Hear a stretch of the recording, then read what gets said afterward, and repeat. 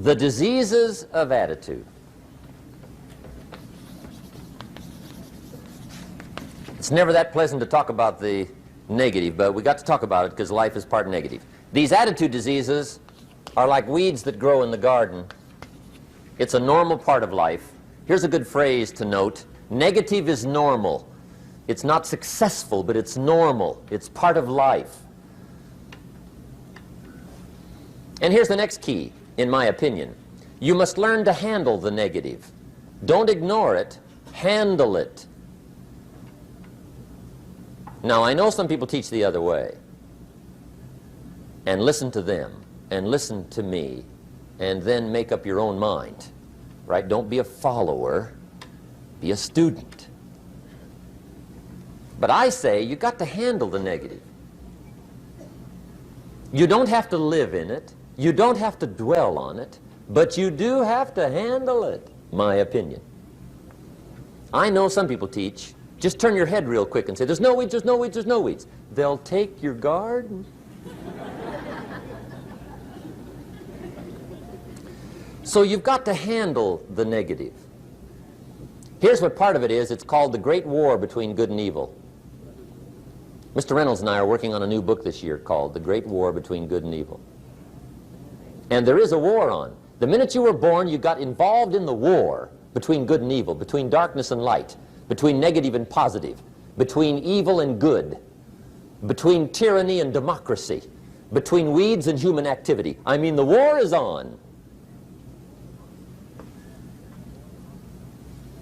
If democracy sleeps, guess who never sleeps? Tyranny. In the absence of light, guess what's automatic? Darkness. If good does not arouse itself and become active, guess what moves in? Evil. It's a war. A mental war, a physical war, a financial war, between enterprise and ease, between accomplishment and failure. It's a war. That's why there's an Old Testament phrase that gives the best advice for human activity when it says, 6 days labor, 1 day rest. Now, I'm sure we've taken that to mean, don't work all 7 days, take one off. Here's what it also means, only take one off. Or you're liable to lose the war. Now, we've got it down to 5 and 2, and maybe that's not too dangerous, I don't know. If God would have thought of 5 and 2, he might have made it 5 and 2, I don't know. You can't think of everything. But here's what it does mean. Enterprise is better than ease. If you rest too long, the jungle overtakes the village. Now here's the good news about the war between good and evil. Evil is no match for good, but good must be active.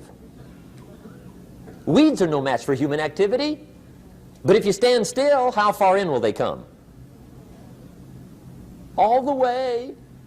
They'll grow right up around your shoes. But if you get busy, how far back can you take them?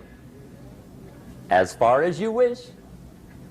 They're no match, but you must be active. That's why the 6 and 1. Make sure you're not losing the war by taking off too much. Guess what the average years are after retirement? 6. 6. Which means don't retire. Repair. It isn't worth it.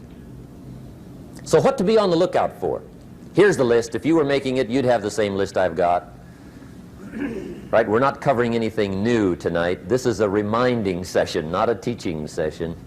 But it doesn't hurt to go over it again. Here's the list. Attitude diseases. Number 1 is indifference.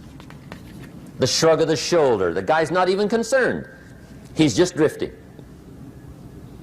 This is called the mild approach to life. A disease known as mildness.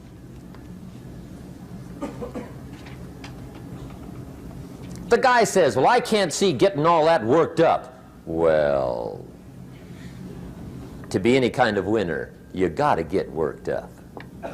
There's one problem with drift. You cannot drift to the top of the mountain. And the good Lord said in the closing chapters of the Bible, here's the best way to live, one way or the other. That's best. Hot or what's next best? Cold is next best to hot. Not the half-baked middle, lukewarm, not too hot, not too cold. What a sad way to live. I think what it means is pick a direction and go with everything you got. Just pick one and go. Somebody says, yeah, but what if it's the wrong direction? You'll find out quicker. It won't take you 25 years to wake up and say, oh no, I've been walking the wrong road. I told my staff the other day, next best to prosperity is adversity. If one doesn't get you, pray for the other. We all do better from one of two reasons, inspiration or desperation. And I don't wish anything bad on you tonight, but if you're not inspired, I hope a wagon comes down your rut. Whatever it takes to get you to try harder, read more, set your goals, and go for it. Somebody asked me one time, what quality would I pick if I wanted to work with somebody? And you know what I picked first? Number one, strong feeling. Please, number one, give me somebody that feels strong. About most anything, I don't even care. Just so they believe it. Even if they disagree with me. Wonderful. Just so they disagree vigorously.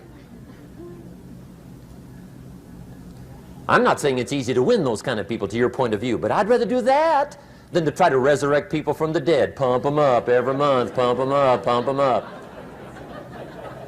I pass.